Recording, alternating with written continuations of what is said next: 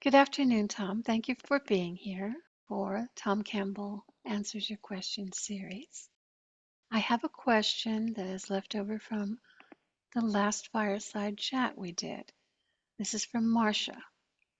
Marcia would like to know if the fundamental principle of evolution that you talk about in your book is about the evolution of PMR or the evolution of consciousness as IUOCs, and are we the creators of the evolution of the PMR, or is it the LCS? Evolution is just a natural process.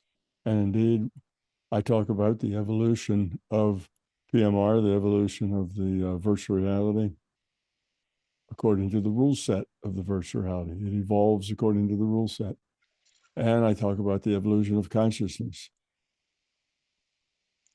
Evolution is its own thing. There's the evolution of technology. There's the evolution of civilization. There's everything that is, what can we say, everything that changes, everything that has some force behind it, that it changes in a way that it's trying to do more, to do better, it's trying to better fit its space, whatever it is. There's all kinds of different criteria, like in the evolution inside of our virtual reality, according to the rule set, the two key elements there, we evolve to be better at survival, and we evolve to be better at propagation. So those are the things. We have to create more of us, and we have to stay alive. Otherwise, we disappear.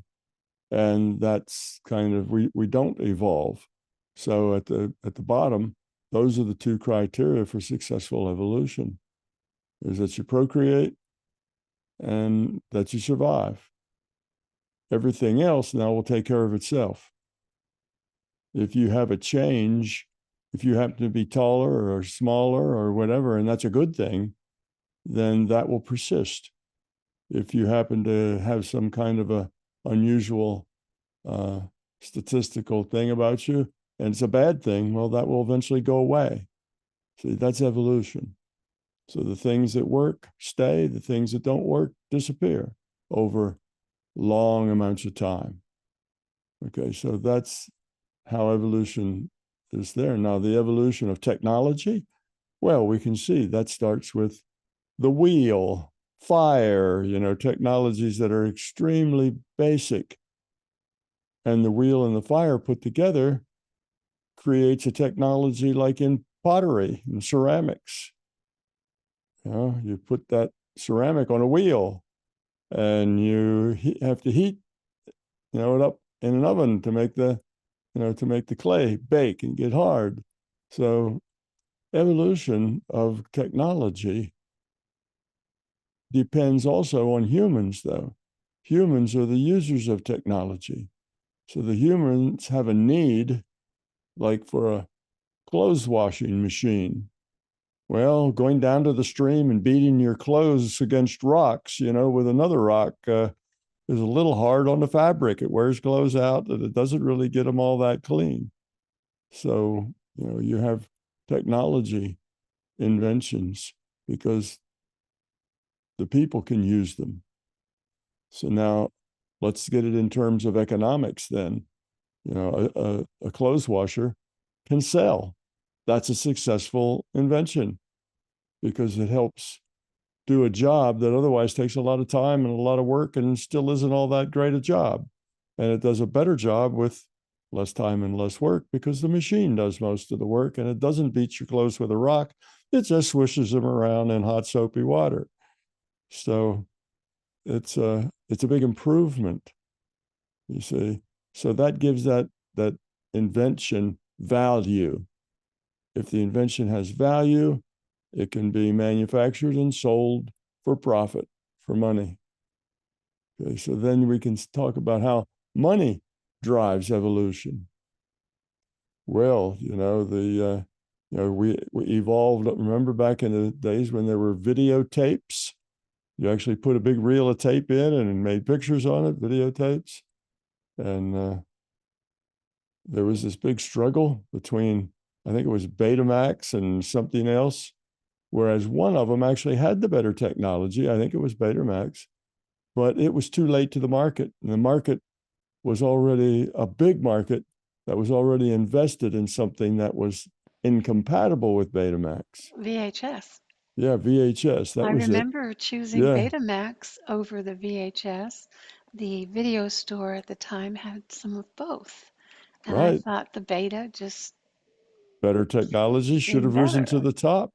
But in that case, because Betamax was incompatible and because the much larger market already had gotten to VHS, so VHS had the huge market. The market didn't want to have to start over with because of the incompatibility. To switch to Betamax, they would have to go back and redo all of their things in a different format.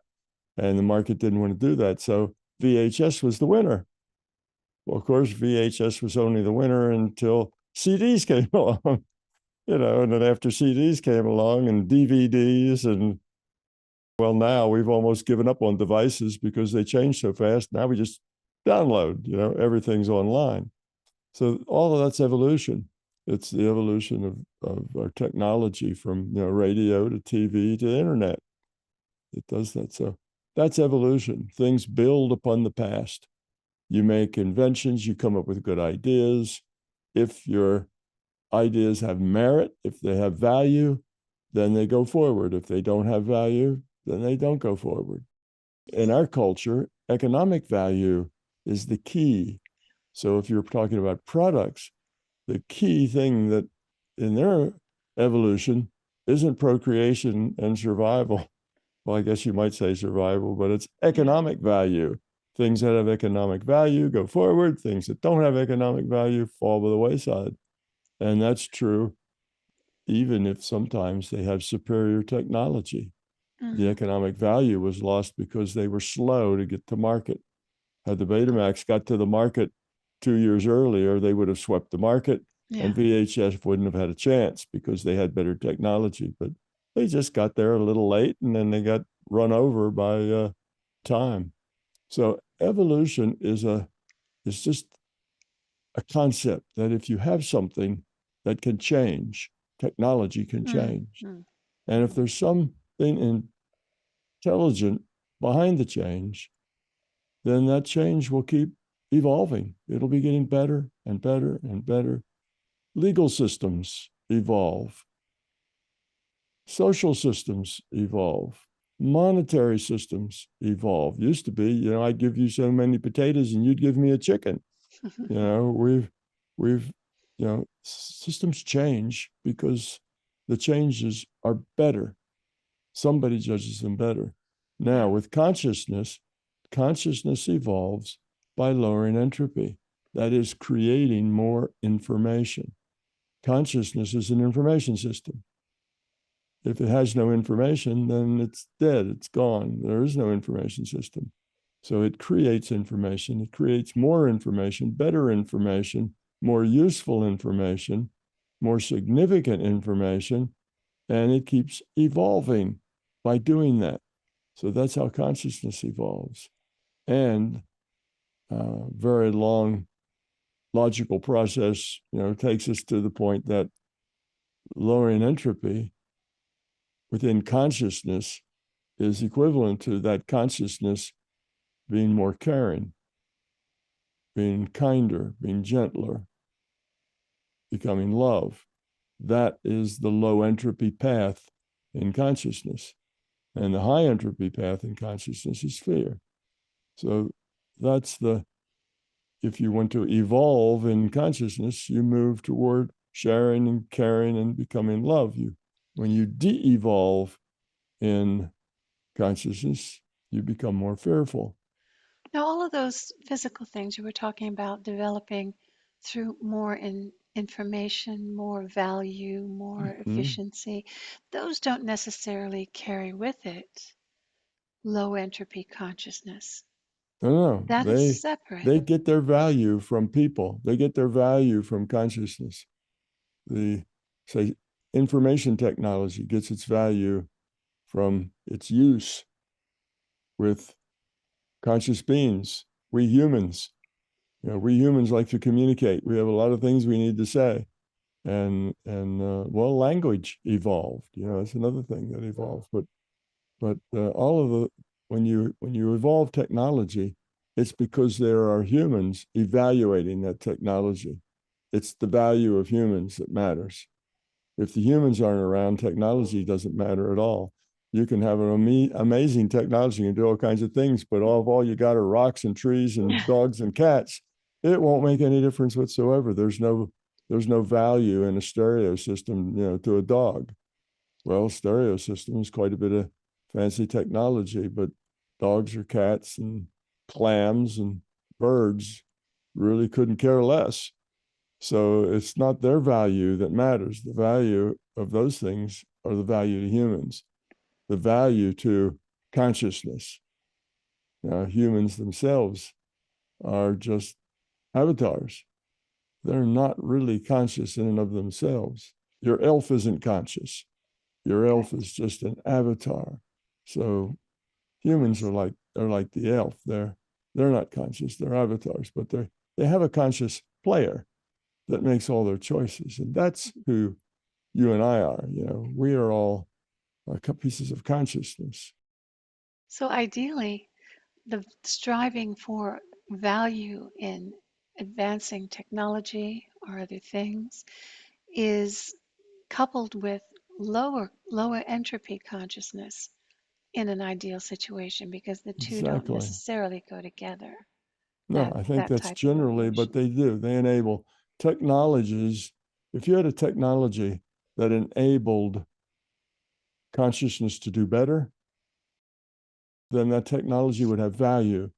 If that technology can also help things get worse, like the internet gives us huge amounts of positive things, but it also gives us, a platform for criminals to do a lot of things too. So most technologies come with a upside and a downside. Well, now you have a sharp knife. You don't have to, try to cut things with rocks. You can cut things with a piece of metal. Well, that's better technology, but you can also cut yourself. Mm. And now you've also created a tool where people can cut each other, on purpose. Whereas before they just had to bash at each other with rocks, which usually wasn't quite as fatal. But in any case, technology comes with upsides and downsides. If the upside is greater, has greater potential than the downside, then the technology is generally embraced. If the downside is much greater than the upside, then often the technology is not embraced. And if the technology comes only with downside, then the technology is not good technology. That's bad technology. And Yeah. we don't want that. Your definition of consciousness, awareness with a choice, means that whatever that technology people are using have to choose, have to decide to Right. choose the Exactly. best way to use it. All right, so let's take it up from another point then. Are we creators of the evolution of the PMR, or is it the LCS? It's it's the rule set It's the that rule set, as you defines, started. yeah, it's the rule set that defines how the PMR must evolve. Once you have rules, then a system has to evolve within that rules. The system is defined by its rules. If I just say, here's a system and there's no definition, well, there really is no system. First you say, the system works like this. It has these rules. Okay, given rules, which will make it the system, then the system will evolve according to those rules. So our rules in this virtual reality we call the physical universe, our rules are the basic science, mass and gravity and things like that. It's charge. Basic science sets the rules. So within those rules, we can evolve, and also within the initial conditions. You have to start with something. So you have rules, and then something for the rules to work with, something for the rules to work on. And those things then define the ways you can evolve. So here we are. We have rules, but we don't have any people. We don't have any plants. We don't have any critters. But we have these rules. Well, eventually, this planet, which is red hot molten lava at its core, eventually it cools. Eventually it gets a crust. Eventually, it changes things. Well, that's evolution. That's the evolution of the planets and the stars and so on. It's evolving, it's changing, it's cooling off. So it gets a crust, and eventually you have a couple of amino acids, which are part of the rules, part of the chemistry, and they happen to find some place where they get what they need, and eventually you get some life of some sort, maybe algae, some kind of life. And from that, it just keeps evolving. So I think what Marcia was hinting at was that, and what you're saying is there's the rule set, the physical rule set, and there's ourselves logging on with the avatar to make choices within that rule set. So those go together and evolve each separately by the choices that are made and by whatever the rule set develops, I guess. Sure. And now we interact with both. We come here and make choices, and that helps us evolve the quality of our consciousness. So our consciousness evolves because of the quality of the choices we make. But we also can interfere with the evolution of the planet according to the rule set. We can go chop down all the forests, and that'll change things. Now the planet will evolve differently than it would have if we hadn't chopped down all the forests. So we as consciousness, intelligent beings come here, we have to use our avatars to work with the rule set to create a more hospitable environment for us to play in, for us to work in and evolve in. So we end up working with both. We modify the physical evolution here. Yeah. Like things now, for humans anyway, there used to be lots of things that would eat humans, and now we're at the top of the food chain. We hardly get eaten by anything other than little tiny microbes. So to Marcia, the LCS set everything in motion when it created the virtual reality, and first of all, when it divided itself into the IUOCs that are us at our being level, and each evolves from there. Right. Is that pretty much a simple thing? And yes. It takes lots of time and lots of setbacks, as we can see. So evolution takes place when you have a system and when you have intelligence that is paying attention to that system. Excellent. Thank you for answering that. I hope that answers your question well, Marcia. I and MBT Events hope you liked this video. We will continue to post videos for free on my YouTube channel, but please understand, these videos are expensive to produce. They represent many thousands of hours of production and editing, as well as all the necessary audiovisual equipment, computers, and software. If you find something of significant value in our videos, please consider supporting their production through our Patreon account or through a one-time donation. It would be very much appreciated. The links are in the description below. Thank you.